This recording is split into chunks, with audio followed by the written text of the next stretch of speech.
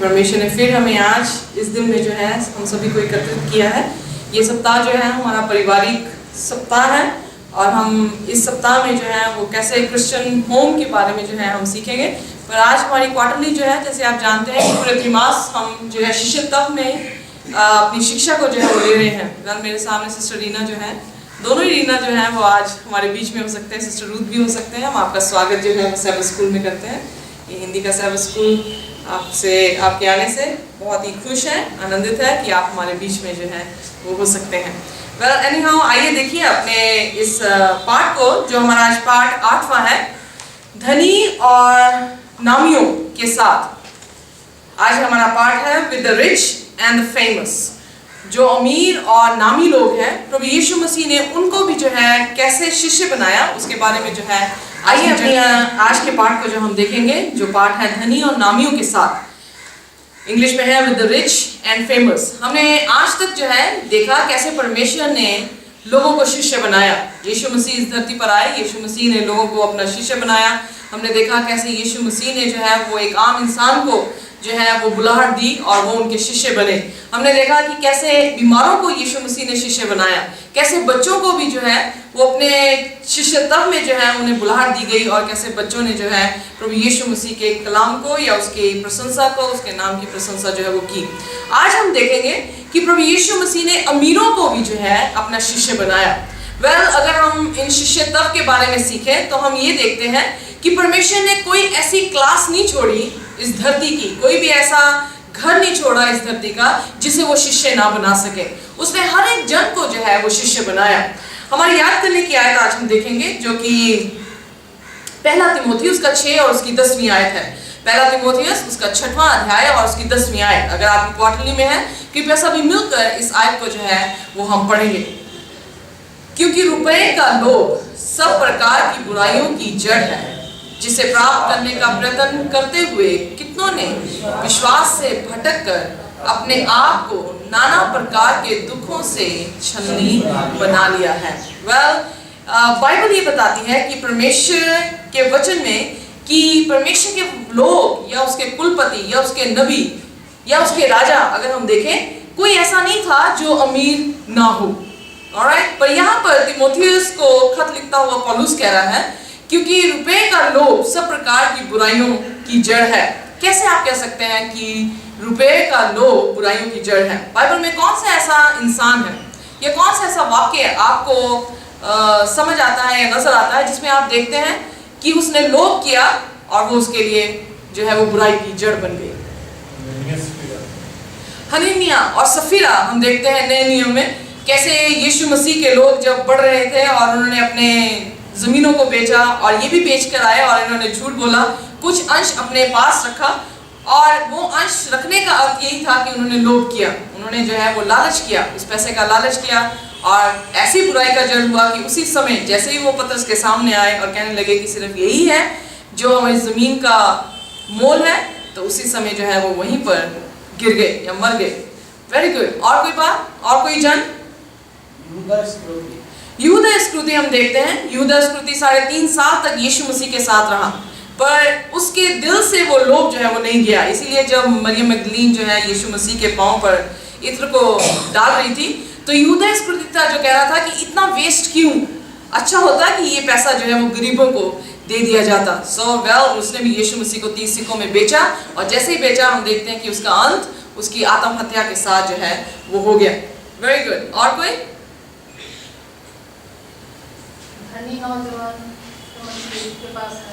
जो धनी नौजवान यीशु मसीह के पास आया, यीशु मसीह ने उससे कहा, हम इस लेसन में उसके बारे में चर्चा करेंगे कि कहा सब कुछ बेच के मेरे पीछे हो लो। वो बहुत ही दुखित होके जो है वहां से चल दिया।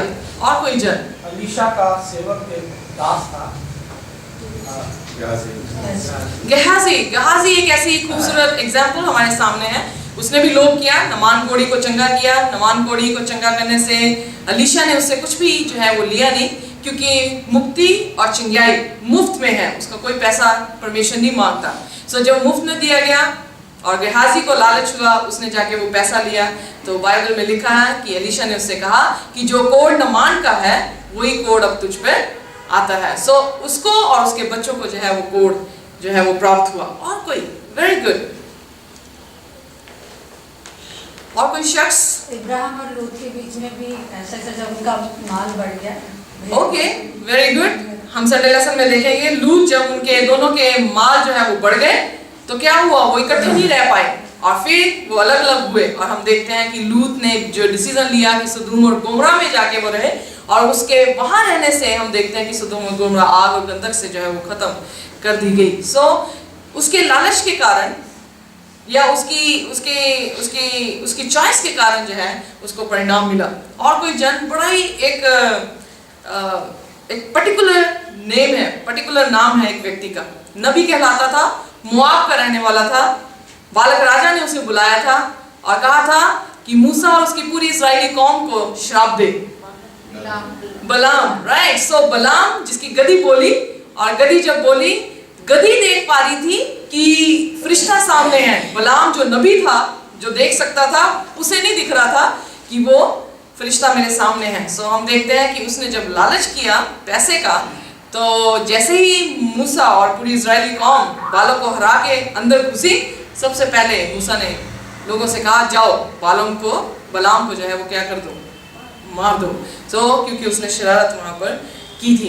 हम देखते हैं कि सचमुच में जब पौलुस तीमुथियुस से कह रहा है पैसे का लोभ, पैसा होना इज नॉट बैड, पैसा होना जो है वो गलत नहीं है।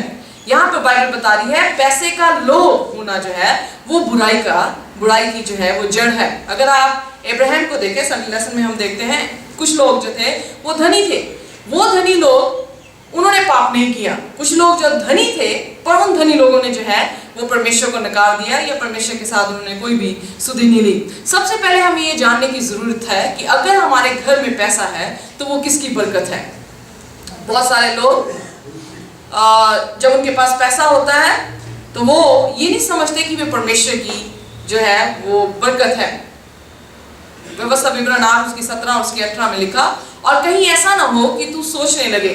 जब मूसा आखिरी उपदेश इजरायली कौम को दे रहा था, मूसा के मरने के बाद इजरायली कौम जो है वो कनान देश में अंदर जाने वाली थी। उनका मन्ना, उनके जूते, हम देखते हैं कि 40 साल तक वो जूते नहीं टूटे। 40 साल तक परमेश्वर उन्हें मन्ना देता रहा। 40 साल तक वो पत्थर पे जब वो मारा तो पत्थर पे सोटी मारा था मूसा ने, तो पानी जो है परमेश्वर उनको मुहैया करता था। अगर पानी खराब भी था तो परमेश्वर ने उसको भी जो है वो चंगा किया। कहने का 40 साल तक परमेश्वर उनके साथ था, उन्हें हर चीज मुहैया करता रहा, हर प्रोटेक्शन देता रहा। पर अब समय आ गया था कि वो अब मुल्क कनान में अपने सेल्फ एग्जिस्टेंस को जो है वो ले सके। अब परमेश्वर ने मन्ना नहीं उन्हें खिलाना था, अब परमेश्वर ने पत्थरों से पानी उन्हें नहीं देना था, अब उन्होंने खुद अपना जो है वो सारा काम करना था।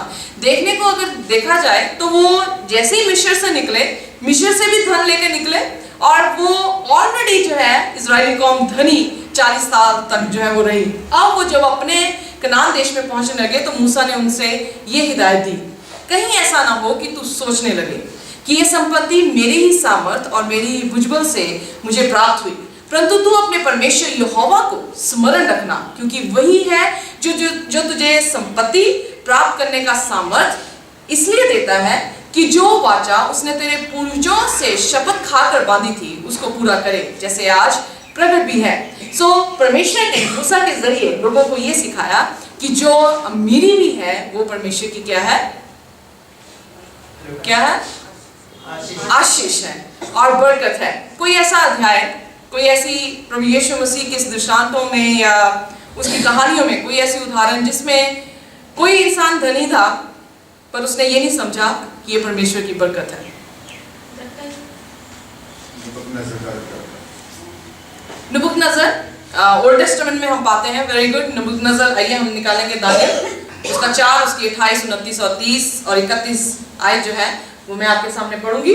12 महीने बीतने पर जब वह बाबुल के राजभवन की छत पर टहल रहा था, तब वह कहने लगा, क्या ये बड़ा बाबुल नहीं है जिसे मैं ही ने अपने बल और सामर्थ से राज निवास होने को और अपने प्राप्त की बढ़ाई के लिए बसाया है।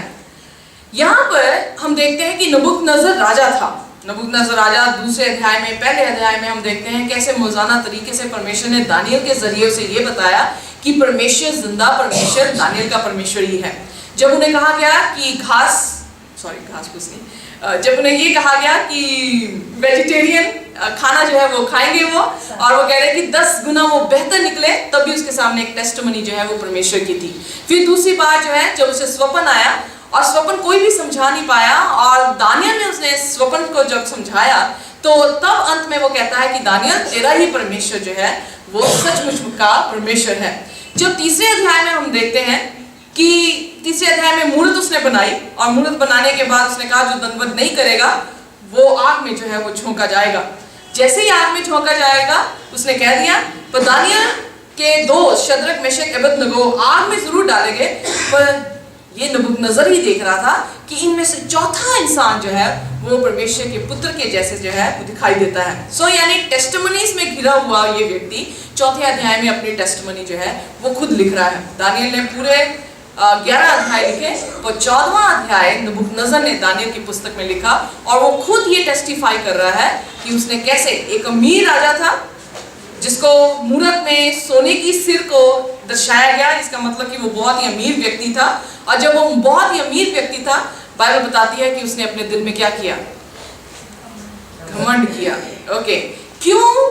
पैसा जो है वो बुराई की जो है वो जड़ है। पहली चीज ये कि पैसा क्या लेकर आता है, पैसा इंसान के दिल में घमंड जो है वो लेकर आता है। जब घमंड आता है तो वैसे ही नीति वचन में लिखा, घमंड गिनने से पहले क्या आता है, घमंड जो है वो आता है। सो फिर बाइबल में लिखा, ये वचन राजा के मुंह से निकलने भी ना पाया था कि आकाशवाणी हुई, हे राजा नबूकदनेस्सर तेरे विषय में ये आज्ञा निकलती है कि राज्य तेरे हाथ से निकल गया।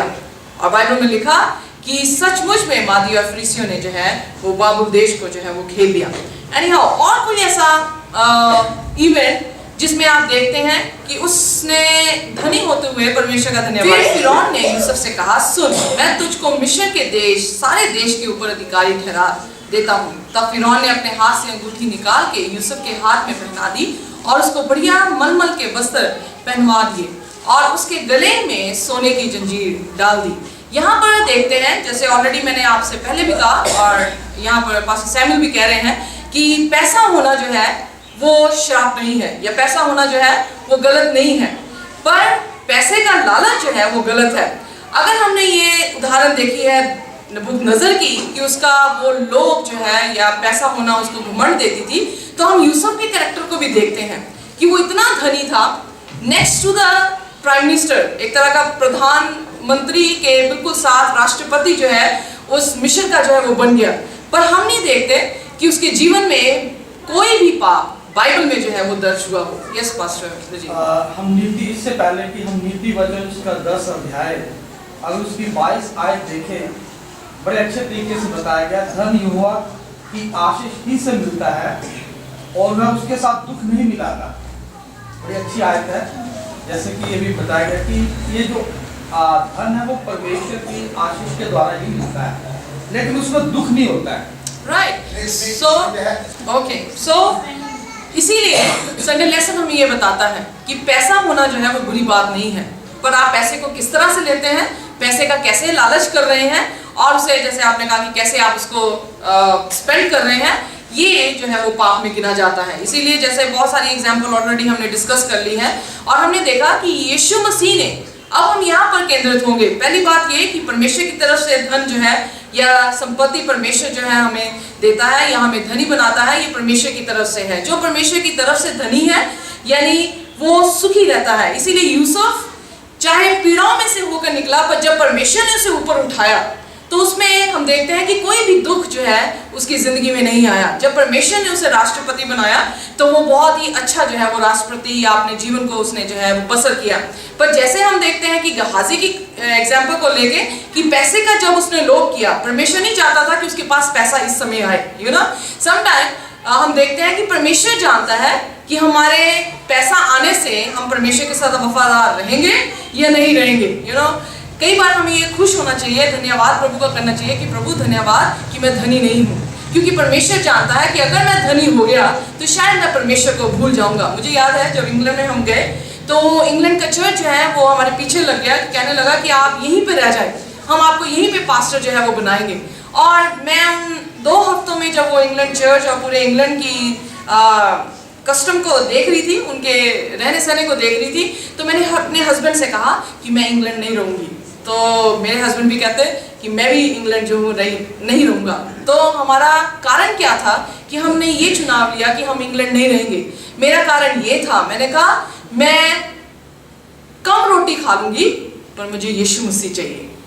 इंग्लैंड में रह के मैं ज़्यादा रोटी खाऊंगी पर यीशु मसीह शायद मेरे से जो है वो दूर चला जाए, या मैं यीशु मसीह से जो हूँ वो दूर चली जाऊँ। सो कहने का अर्थ है गॉड नोज, परमेश्वर जानता है कि वो धन हमारे लिए बेहतर है या नहीं है। सो इसलिए बाइबल में लिखा जिस भी सिचुएशन में, जिस भी जगह में परमेश्वर आपको रखे उसमें क्या रहो, उसमें संतुष्ट जो रहो, क्योंकि परमेश्वर जो हमसे बड़ा है वो हमारी बेहतरी कहने का अर्थ है वो जानता है कि that was my perception, I know my temptations। मुझे पता कि मेरी आजमाइशें क्या है, मुझे पता मैं कहाँ पे गिर सकती हूँ, इसलिए वो मेरा पर्सनल डिसीजन था। मैं ये नहीं कह रही कि आप गलत जो है वो ना जाइए, मैं अपनी बात बता रही हूँ कि आई न्यू जब मैं वहाँ पे गई मुझे पता है कि मैं वहाँ गिर सकती हूँ, मैं परमेश्वर को खो दूंगी, क्योंकि उनका रहना सहना, उनकी चीज़ें और उस पर लालच आना या उस चीज़ को लेने की ज़रूरत को सोचना, so it was tempting for me, I just. और दूसरी बात आप कह रहे हैं कि वहाँ पे प्रचार करना, पहले यही हम डिस्कस कर रहे हैं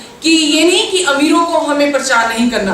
ओके, कई बार हम डर जाते हैं कि ये लोग बहुत अमीर हैं, इनका घर बहुत अच्छा है, यू नो, ये थोड़े रिजर्व लोग हैं, इनसे मैं कैसे जो हूँ परमेश्वर की बातचीत करूँ। पर आज का लेसन यही बताता है कि अमीरों तक भी जो है हमें सुसमाचार सुनाना है। ओके, अगर आप स्ट्रांग हैं स्पिरिचुअली, आपको अमीरत से आप गिर नहीं सकते हैं, so then it's fine, you can go। परमेश्वर ने हर एक को अलग अलग बुलाहट दी है। कई लोग अच्छे ऐसे हैं जो झोपड़पट्टियों में सेवा करते हैं, आप वो करते भी नहीं हैं, या मैं वो करती भी नहीं हूँ, है ना। कईयों के पास ये गिफ्ट है कि वो आम लोगों के पास जाकर जो है वो प्रचार करते हैं। कईयों के पास ये गिफ्ट है फिल्म स्टारों के पास जाकर जो है वो प्रचार करते हैं, जो कि हमारे पास ये गिफ्ट नहीं है, यू ना। सो हर एक का अपना अपना गिफ्ट है, हर एक को अपना अपना केंद्र पता है कि कहाँ पर वो गिर सकते हैं, कहाँ पर वो उठ सकते हैं। सो कहने का अर्थ ये है कि धन्यवाद करें हम परमेश्वर का कि जिस जगह पे परमेश्वर ने हमें रखा है वो जगह हमारे लिए बेहतरीन है। अगर हम अपनी सोच से अमीरत की तरफ भागेंगे तो शायद हम हमेशा की जिंदगी को खो दें, या हम गरीबी हो जाएं तो शायद हो सकता है कि हम फिर भी परमेश्वर को जो है वो खो दें। कुछ लोग गरीब हो जाते हैं, वो यीशु को छोड़ देते हैं, कुछ लोग अमीर हो जाते हैं, वो यीशु को छोड़ देते हैं। It is good where God keeps us, you know, are you with me? Okay, so जहां पर भी हम हैं, जैसे भी हम हैं, जिस रोटी को हम खाते हैं, जिस कपड़े को हम पहनते हैं, you should be thankful to god. हमें परमेश्वर का धन्यवाद करना चाहिए कि परमेश्वर ने हमें इस जगह पे रखा है। धन्यवाद कीजिए कि आपके पास चर्च है इस कैंपस में, धन्यवाद कीजिए आपके शहर में चर्च है, धन्यवाद कीजिए आपके पास पास्टर हैं जो आपको प्रचार कर सकते हैं, यू नो। सो ऐसी यही बात लूत की प्रॉब्लम थी। लूत को ये नहीं समझ आया कि मैं अगर इब्राहिम के साथ रहूंगा तो हमेशा का जीवन पा सकता हूँ। लूत ये सोचने लगा कि नहीं, वो भूमि ज्यादा अच्छी है, क्योंकि बहुत अच्छा उसमें उसे नजर आया कि वो बागी अदन जैसी नजर आती है। वेल, वो बागी अदन जैसी जरूर नजर आती थी, पर वहां पर यीशु मसीह नहीं था। इब्राहिम रेगिस्तान में जरूर था, पर उसमें यीशु मसीह उसके साथ रहता था। ओके, सो जब हम डिसीजन मेक करते हैं किसी भी चीज के लिए, सो God always put you in a right place because He is our Father। वो बिल्कुल सही जगह पर हमें रखता है क्योंकि वो हमारा पिता है। आइए देखिए, निकोदेमस यीशु मसीह के पास आया। अगर हम ध्यान से देखें, यीशु मसीह के पास अमीर लोग भी आए, गरीब लोग भी आए, पर यीशु मसीह ने अमीरों को कभी भी तरका नहीं, उन तक भी जो है वो सुसमाचार पहुंचाने की कोशिश की। चाहे फकीर फरीसी सुने चाहे ना सुने, पर यीशु मसीह उन्हें दृष्टांतों से, कहानियों से उनसे बातचीत करता था, उन्हें समझाने की कोशिश करता था कि तुम मुड़ आओ, तुम परमेश्वर की तरफ मुड़ो, परमेश्वर तुम्हारी तरफ मुड़ेगा। सो आइए देखिए निकोदेमस से यीशु मसीह क्या कहते हैं। यूहन्ना 3 उसकी पहली आयत में हम देखते हैं, फरीसियों में से निकोदेमस नामक एक मनुष्य था जो यहूदियों का सरदार था। अब यहाँ पर हम देखते हैं कि वो एक आम व्यक्ति नहीं था, वो एक ऐसा व्यक्ति था जो सरदार था, यहूदियों का सरदार था, पूरी कौम का वो सरदार था। और वो सरदार यीशु मसीह के पास आया। वेल, यीशु मसीह के पास वो सुबह नहीं आया, पब्लिक में नहीं आया, यीशु मसीह के पास वो रात में आया। शायद यीशु मसीह कह सकते थे मैं आपसे बात नहीं करूंगा क्योंकि आप पब्लिक में क्यों नहीं आए, आप रात में मुझे बात करने के लिए क्यों आए हैं। पर यीशु मसीह ने उस रात में आए हुए निकोदेमस को भी जो है वो तरका नहीं, उसे छोड़ा नहीं, बल्कि वहां पर उससे बातचीत करने लगा। उसने रात को यीशु के पास आकर उससे कहा, हे रब्बी, हम जानते हैं कि तू परमेश्वर की ओर से गुरु होकर आया है, क्योंकि कोई इन चिन्हों को जो तू दिखाता है यदि परमेश्वर उसके साथ ना हो तो नहीं दिखा सकता। अगर आप सबसे ज्यादा ध्यान दें, अमीर लोग देखने में वो अमीर जरूर लगते हैं, पर जितना उनके पास पैसा है उतने ही वो अंदर से खोखले भी होते हैं, उतना ही उन्हें अंदर से प्रेम जो है वो लेने की जो है वो चाह भी होती है। अब ये सरदार यहूदियों का था, पर वॉच कर रहा था यीशु मसीह को, उसे ये जरूर मालूम था कि परमेश्वर के बिना कोई भी इंसान मुंह खोल ले और उसकी बात जो है वो काबिले तारीफ जो है वो नहीं हो सकती, क्योंकि जो परमेश्वर के साथ है, जब वो बोलेगा, जब वो परमेश्वर के कलाम को सुनाएगा, तो परमेश्वर का आत्मा ऐसे ही अपनी सांस उस शब्दों में फूंकेगा कि वो दिलों को क्या करता है, कायल करता है। सो यहाँ पर वो कायल हो चुका था कि ये आदमी यीशु मसीह आम व्यक्ति नहीं है। वो उसको वॉच कर रहा था भीड़ में, मुझे नहीं पता कि वो कैसे उसे वॉच कर रहा था, क्योंकि बाइबल बिल्कुल इस बात से साइलेंट है, पर शायद वो चोरी चोरी देखने की कोशिश करता होगा। कई बार ऐसा होता है, कोई भी फंक्शन चल रहा हो तो कुछ लोगों की आदत होती है वो फंक्शन के आसपास होके से गुजरना शुरू कर देते हैं, जस्ट टू सी, देखने के लिए कि फंक्शन में क्या हो रहा है। शायद निकोदेमस भी ऐसा ही करता हो कि पब्लिकली वो नहीं दिखाना चाहता होगा कि यीशु मसीह क्या कर रहे हैं, तो शायद उधर से गुजरता होगा, देखता होगा, लोगों से पूछता होगा क्या हो रहा है, लोगों से पूछता होगा क्या किया यीशु मसीह ने। सो इतना मालूम है कि उसको विटनेसिंग जो है वो पूरी मिल गई।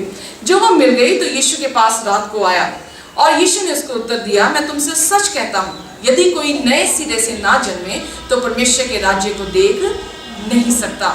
यीशु मसीह ने साफ साफ, कई बार ऐसा होता है रिच फैमिली आपसे बात करें तो हमारी स्पीच सॉफ्ट हो जाती है, हमारा बोलना बिल्कुल हल्लींगी से हो जाता है, हम ऐसे कोई शब्द नहीं बोलना चाहते उस अमीर व्यक्ति से कि उसको शायद उसको ठोस दे दे या ठेस पहुंचा दे या उसके दिल को दर्द दे, पर हम ऐसे इंप्रेसिव वर्ड बोलने की कोशिश करते हैं किसी भी अमीर आदमी से कि वो हमारे से इंप्रेस हो जाए और वो हमारे साथ बैठ के खाना जो है खाना पसंद करें। तो यीशु मसीह ने निकोदेमस के साथ ऐसा रवैया नहीं किया। निकोदेमस को यीशु मसीह ने साफ साफ कहा, जैसे सिस्टर एलन जी बात बताते हैं कि जब यीशु मसीह किसी को भी देखता था, जब मरियम मगदलीन को लेकर आए, जितने फकीर फरीसी लेकर आए, तो यीशु मसीह के सामने उनके सभी के पर्पस, उनके कारण, क्या वो करते हैं, उनकी लाइफ हिस्ट्री, उनका जीवन का एक एक बात जो है यीशु मसीह के सामने खुल गई। जब निकोदेमस आया तो मैं विश्वास करती हूँ यीशु मसीह ने निकोदेमस को भी जो है वो पढ़ लिया होगा, इसीलिए यीशु ने उससे कहा जो नए सिरे से ना जन्मे वो परमेश्वर के राज्य को देख नहीं सकता। निकोदेमस जो है सरदार यहूदियों का था, पर कहने लगा अब क्या मैं माँ के पेट में दोबारा जाऊं? ओके, सो यीशु मसीह ने राइट उसे पहचाना था, क्योंकि वो इस कंसेप्ट को नहीं समझ पा रहा था कि साल्वेशन कहाँ है, इसीलिए यीशु मसीह ने सबसे पहले बातचीत करने से शुरुआत में कह दिया जो नए सिरे से ना जन्मे वो परमेश्वर के राज्य को देख भी नहीं सकता। तो वो उसी चक्कर में पूरी हम इस अध्याय को देखें 10-15 आयत तक या 16 आयत तक हम देखें तो इसी चक्कर में फंसा हुआ है। जब वो फंसा हुआ है उसे साल्वेशन क्लियरली समझ नहीं आ रही। जब वो नहीं आ रही, बेशक वो अमीर था पर रूहानी तौर से वो बहुत ही गरीब था, इसीलिए यीशु ने उससे कहा तू तो सरदार है, क्या तू भी इन बातों को नहीं समझता? अगर मैं दुनिया की बात तुझे कहता हूँ तो तुझे समझ नहीं आती, तो जब मैं स्वर्गीय बातें तुझसे करने लगा तो तू कैसे समझेगा? तो यीशु ने उसे कहा जिस रीति से मूसा ने जंगल में सांप को ऊंचे पर चढ़ाया उसी रीति से अवश्य है कि मनुष्य का पुत्र भी ऊंचे पर चढ़ाया जाए। यीशु मसीह ने उसे पुराने नियम की इस आयत को लेकर जो है वो समझाया। ये पुराने नियम की एक ऐसी कहानी है जिसमें हम देखते हैं कि बुढ़बुढ़ाना जो है इजराइली कौम बहुत सारे यीशु मसीह ने परमेश्वर ने किया। आग का खंभा बन के चलता था, रात को जो है खंभा, आग का खंभा, और दिन में जो है वो बादल का खंभा बन के। जब मन्ना रोटी की बात, मन्ना उसे 40 साल उन लोगों को देता रहा। पानी की बात तो पत्थरों से यीशु मसीह ने उनको जो है वो पानी पिलाया। और जंगलों और रेगिस्तानों से होकर निकले, पर कोई भी कभी भी जानवर या कोई भी ऐसा रेंगने वाली चीज उनके तंबुओं में नहीं आई थी कि वो मर जाते। they were in the protection, but still murmuring, फिर भी जो है वो बुड़बुड़ा रहे थे। तो क्या हुआ? बाइबल बताती है कि सांप वहां पर आए और वो डसने लगे। जब सांप डसने लगे तो लोग चिल्लाने लगे, क्योंकि अगर यीशु मसीह का प्रोटेक्शन का हम धन्यवाद नहीं करते हैं तो फिर परमेश्वर अपनी प्रोटेक्शन को थोड़ी देर हटा देता है, ये दिखाने के लिए कि what I was doing and you are not thankful to that. So जैसे ही सांप उन्हें मारने लगे, चिल्लाने लगे, मूसा ने प्रार्थना की, तो मूसा को परमेश्वर ने कहा कि सांप जो है वो तांबे वाला सांप जो है वो क्या कर ऊपर को चढ़ा दे, जो कोई उसे देखेगा वो क्या होगा, बचता चला जाएगा। ये कहानी निकोदेमुस को, क्योंकि यहूदियों का सरदार था, उन्हें पढ़ाने वाला व्यक्ति था, उसको ये सुनाई प्रभु यीशु मसीह ने। और जब वो सुनाई तो यीशु मसीह ने कहा ताकि जो कोई विश्वास करे उनमें अनंत जीवन आए, क्योंकि जिन लोगों ने उस सांप को ऊपर चढ़े हुए देखा था वो लोग जो है सांप के डसे हुए से बच गए, वो मरे नहीं। सो सांप को ऊपर चढ़ाना और यीशु मसीह का ऊपर चढ़ाना ये दर्शाता था कि यीशु मसीह जब इस धरती पर आकर क्रूस पे मरेगा तो लोगों को क्या दी जाएगी, मुक्ति दी जाएगी। सो इसलिए नए सिरे से जन्म लेना जो है वो जरूरी है, क्योंकि परमेश्वर ने, फिर यीशु मसीह ने सबसे प्रचलित आयत उसके सामने दी, क्योंकि परमेश्वर ने जगत से ऐसा प्रेम किया कि उसने अपना इकलौता पुत्र दे दिया ताकि जो कोई उस पर विश्वास करे वह नाश ना हो परंतु अनंत जीवन पाए। सो यीशु मसीह ने जो है उसे साल्वेशन जो है उस रात में समझाई। अगर अमीर इंसान खोजता हुआ आया था, यीशु मसीह ने उसे साल्वेशन, मुक्ति का सुसमाचार सुनाया, तो इसका परिणाम क्या हम देखते हैं निकोदेमुस के जीवन में, क्या वो बदला? शायद उस समय हम देखते हैं कि it was a quite conversation, उसने कोई जवाब नहीं दिया, उसने ये नहीं कहा प्रभु मुझे माफ कर, मैं तौबा करता हूँ, मुझे पानी से बपतिस्मा दे, मुझे पवित्र आत्मा दे। उस समय हमें नजर जो है वो नहीं आता। बट हम देखते हैं, जैसे मैंने पिछले हफ्ते भी सिखाया, यीशु मसीह को पकड़ने के लिए वो चाह रहे थे, पर निकोदेमुस यीशु मसीह की तरफदारी जो है वो करता है। जब हम देखें यीशु मसीह क्रूस पर थे, यीशु मसीह की क्रूस को जब वो मर गया तो निकोदेमुस उसकी लोथ को मांगने के लिए पिलातुस के पास जो है वो पहुंचा। फिर सिस्टर एलन जी वाइट कहते हैं, आपकी कोटेशन जो है सिस्टर एलन जी वाइट की दी गई है, और उन्होंने कहा परंतु निकोदेमुस को पैराफ्रेज कर देती हूँ, निकोदेमुस जब यीशु मसीह मर गए, तीसरे दिन जी उठे, स्वर्ग पर उठा लिए गए, उसके बाद निकोदेमुस यीशु मसीह के सुसमाचार को जो है वो फैलाने लगा। और सिस्टर एलन जी वाइट कहते हैं, सिस्टर जी इन्हों बात है प्लीज, क्योंकि फिर सुन नहीं रही बात, सॉरी। ये इन्होंने सब स्कूल है। सो सिस्टर एलन जी वाइट बताते हैं कि निकोदेमुस ने अपनी सारी संपत्ति बेच दी और वो पैसा परमेश्वर के सुसमाचार पर जो है वो लगाने लगा। उस टाइम शायद हम देखते हैं कि वो क्वाइट था, उसने कोई रिस्पॉन्स यीशु मसीह को नहीं दिया, पर उसका इम्पैक्ट इतना पड़ा कि निकोदेमुस अल्टीमेटली जो है वो एक बदला हुआ इंसान बन गया। सो हमें भी जरूरत है, अगर कोई अमीर व्यक्ति है, मत सोचिए कि वो बिल्कुल परिपूर्ण व्यक्ति है, उसे किसी चीज की जरूरत नहीं, उसे जरूरत है उस यीशु की जो यीशु उसका सृष्टि करता है, उसका मुक्ति दाता है। फिर हम देखते हैं, आइए देखिए रिच एंड इनफेमस, अगला पार्ट जो है हम देखेंगे, जो कि अमीर और ट्यूसडे लेसन, अमीर और जो नामी व्यक्ति नहीं था, जक्कई के बारे में। हाँ जी, मैं थोड़ा सा इसमें और ऐड करूंगा, खासकर इसका निकोदेमुस का। एक्चुअली जो निकोदेमुस था ये यरूशलेम का जो वहाँ पर एरिया है उसमें से ये 3 ऐसे व्यक्ति थे यरूशलेम में जो बहुत अमीर थे, और उसमें से एक आदमी ये अमीर था। और जैसे भी उन्होंने बताया कि वो बदला हुआ इंसान बन गया।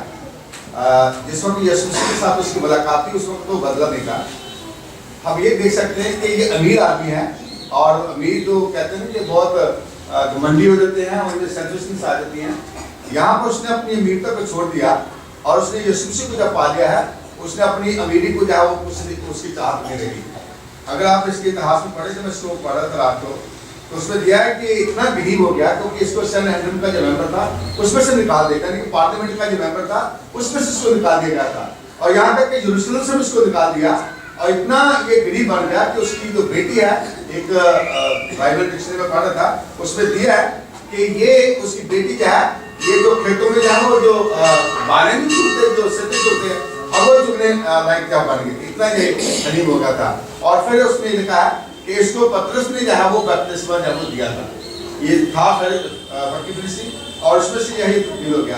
तो ये नहीं है कि हमारी अमीरता जो है वो हमें खुदा से दूर ले जाएगी। अगर आप अमीर भी हैं, जब यीशु मसीह को एक्सेप्ट कर लेते हैं, इस बात को भी आप एक्सेप्ट करें कि आपको शायद एक इससे डरा और मुसीबतों का सहना जो वो पड़ेगा। Anyhow, अगला lesson, thank you very much. It is a lesson rich and infamous. हम ज़कई के बारे में यहाँ पर देखते हैं। ज़कई जो चुंगी लेने वाला था, हम यहाँ पर देखते हैं वो अमीर जरूर था पर उसका नाम अच्छा नहीं था।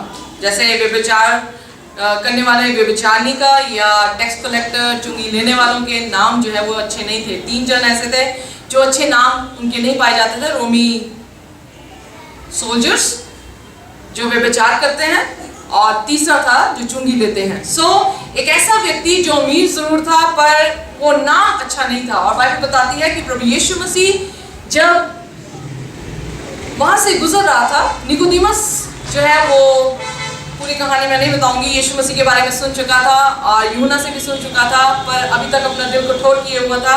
अब अल्टीमेटली यीशु मसीह उसके शहर तक पहुंच चुका, और जब शहर पर पहुंचा वो यीशु मसीह को देखना चाह रहा है और नाटा होने के नाते भी भागता है, गुल्लर के पेड़ में जो चढ़ जाता है और यीशु मसीह को ढूंढता है। उसने कभी यीशु मसीह को देखा नहीं था। वो देख रहा है कि भीड़ जा रही है, अचानक भीड़ जो है वो रुक गई। उसे नहीं मालूम कि भीड़ क्यों रुकी, पर यीशु मसीह उसे ऊपर देखकर उसके नाम को पुकार के कहता है कि नीचे उतर आ, मैं आज तेरे घर में जाना चाहूंगा। एक रिच व्यक्ति जिसका नाम अच्छा नहीं था, यीशु मसीह उसके घर में भी जाना चाहता है। अगर यीशु मसीह उसके घर में जाना चाहता है, हम जो उसके चेले हैं, हमें भी जरूरत है कि हम उन घरों तक भी पहुंचे जो घर अमीर शायद हो, उनके नाम अच्छे ना हो, और हमें जरूरत है कि हम उन तक सुसमाचार सुनाएं। जब यीशु मसीह उसके घर पर पहुंचा तो क्या हुआ? ऐसा बदलाव जक्कई की जिंदगी में आया और उसने कहा कि परमेश्वर, मैं अपना सारी धन दौलत जो वो गरीबों को बांटता हूँ, जिससे मैंने लिया था उसको मैं 4 गुना वापस करता हूँ। यानी वो ओल्ड टेस्टामेंट को बड़ी अच्छी तरह से जानता था और उसने वैसा ही किया। यीशु मसीह ने उससे कहा, आज तेरे घर में उधार आया है, आज तू इब्राहिम का पुत्र कहलाया है। इब्राहिम का पुत्र कौन था? इब्राहिम का पुत्र इसहाक था। इसहाक में क्या खासियत थी? इसहाक में ये खासियत थी कि उसने अपना पूरा समर्पण अपने पिता इब्राहिम के सामने कर दिया जब वो वेदी पे चढ़ाया जा रहा था। यीशु मसीह ने कहा कि आज तूने अपना पूरा समर्पण जो है वो यीशु को किया है। जब कोई भी व्यक्ति अमीर हो, नाम अच्छा ना हो, यीशु का सुसमाचार पहुंचे और जब वो बदलता है तो उसका जो लोभ पैसों का है, यीशु मसीह बदल के उसे क्या कर देता है? समर्पण पे जो है वो बदलाव कर देता है। इसीलिए यीशु मसीह ने बहुत अच्छे अच्छे शब्द जो है वो कहे, जो कि हमारे थर्सडे लेसन में है। यीशु मसीह ने कहा, मैं तुमसे दृष्टांत कहते हैं, और कहा किसी धनवान की भूमि में बड़ी उपज हुई। तब वह अपने मन में विचार करने लगा, मैं क्या करूं, क्योंकि मेरे यहाँ जगह नहीं जहाँ अपनी उपज इत्यादि रखूं। और उसने कहा, मैं ये करूंगा, और अपनी बखारियों तोड़कर उसने बड़ी बनाई और कहा, ऐ मेरी जान, खा पी और ऐश कर। तो उसी समय आवाज आई, अगर आज तेरी जो है वो जान तुझसे ले ली न जाए। जब परमेश्वर हमें धनी करता है तो हमें जरूरत है हम परमेश्वर का धन्यवाद करें। हम जाने कि ये धन परमेश्वर ने दिया है, हमने अपने बल से जो है इन धन को जो है वो नहीं लिया। इसीलिए यीशु मसीह ने इन दृष्टांतों में समझाने की कोशिश की कि अगर धनी है तो परमेश्वर का धन्यवाद कर, क्योंकि परमेश्वर ही है जो तुझे तंदुरुस्ती देता है, तुझे सामर्थ्य देता है, तू कमाता है और तेरे घर में जो है वो पैसा आता है। इसने धन्यवाद नहीं किया, इसलिए इसकी जान जो है वो ले ली गई। फिर यीशु मसीह ने कहा, मत्ती उसका 19:24 में कहता, ऊंट का सुई के नाके से होके जाना जो है वो सहज है, पर अमीर का स्वर्गीय बादशाह में जाना बहुत ही कठिन है। यीशु मसीह ने बार बार अमीरियत को जो है वो चेतावनी दी कि अपनी अमीरियत के घमंड को, उसके लोभ को और ना धन्यवादी के दिल को छोड़ते हुए परमेश्वर को पूर्ण तौर से समर्पण करें। और यही बात जो है वो जवान सरदार समझ नहीं पाया जब यीशु ने उसे कहा, कहता मैं क्या करूं कि हमेशा का जीवन पाऊं। यीशु ने कहा 10 रुपयों को मान। कहता ये तो बचपन से ही मानता आया हूं। यीशु मसीह ने कहा जा सब कुछ बेच के मेरे पीछे मुड़े। वो बेच नहीं पाया क्योंकि वो बहुत ही धनी था। अगर वो उस दिन बेच देता तो शायद हो सकता है उसके नाम का भी कोई सुसमाचार बाइबल में पाया जाता, पर उसने उस अपॉर्चुनिटी को खो दिया जो यीशु मसीह ने उसे डिसीजन बनाने के लिए, उसको चॉइस बनाने को दी थी। यीशु मांगता है या धन मांगता है? उसने कहा मैं धन मांगता हूँ। हमें भी जरूरत है यीशु मसीह के उन लोगों को जो धनी है उन्हें बताए कि धन उनका परमेश्वर नहीं, बल्कि परमेश्वर जो धन का परमेश्वर है वो उनका परमेश्वर है। और अगर हम जाकर उन्हें शिष्य बनाएंगे, अवश्य है, हो सकता है कि बहुत सारे लोग परमेश्वर के उस गले में जो है वो शामिल हो सके। पर आइए अपने आप को खोल दें कि चाहे अमीर हो चाहे गरीब हो, आइए हम मिलकर यीशु मसीह का सुसमाचार उन लोगों तक पहुंचाते रहें। अपने सिरों को झुकाएंगे और हम प्रार्थना करेंगे। स्वर्गीय पिता, हम आपके बहुत ही शुक्रगुजार हैं, धन्यवाद करते हैं कि आप हमारे परमेश्वर हैं। धन्यवाद प्रभु जी कि आपने हमें कभी नहीं छोड़ा, हम चाहे गरीबी में हो चाहे धनवान हो, पर यीशु आपका सुसमाचार, आपका वचन हमारे कानों तक हमेशा पहुंचा है। हमारी प्रार्थना है हमें ऐसी आत्मा दें ताकि हम हमेशा आपकी तरफ चुनाव दें। हम कभी भी अपने धन को प्रेम ना करें, हम उस लूत की उस बीवी की तरह ना हो जो मुड़कर अपने उस शहर को, अपने उस घर को, अपने उस धन दौलत को मुड़ के उसने देखा और वो नमक का खंभा बन गई। हमारी प्रार्थना है जब आपका आना बहुत जल्द है, हमारे निर्णय, हमारे चुनाव यीशु आपके लिए और आपके स्वर्गीय राज में हो, क्योंकि आपके वचन में लिखा सबसे पहले मेरी खोज करो, सारी चीजें तुम्हें मैं दे दूंगा। जहाँ तुम्हारा धन है वहाँ तुम्हारा मन भी होगा। हमारा धन, हमारा मन यीशु हो, यही यीशु आपसे मांगते हैं। इस प्रार्थना को यीशु के नाम से मांग लेते हैं, आमीन। परमेश्वर आप सभी को आशीष और बरकत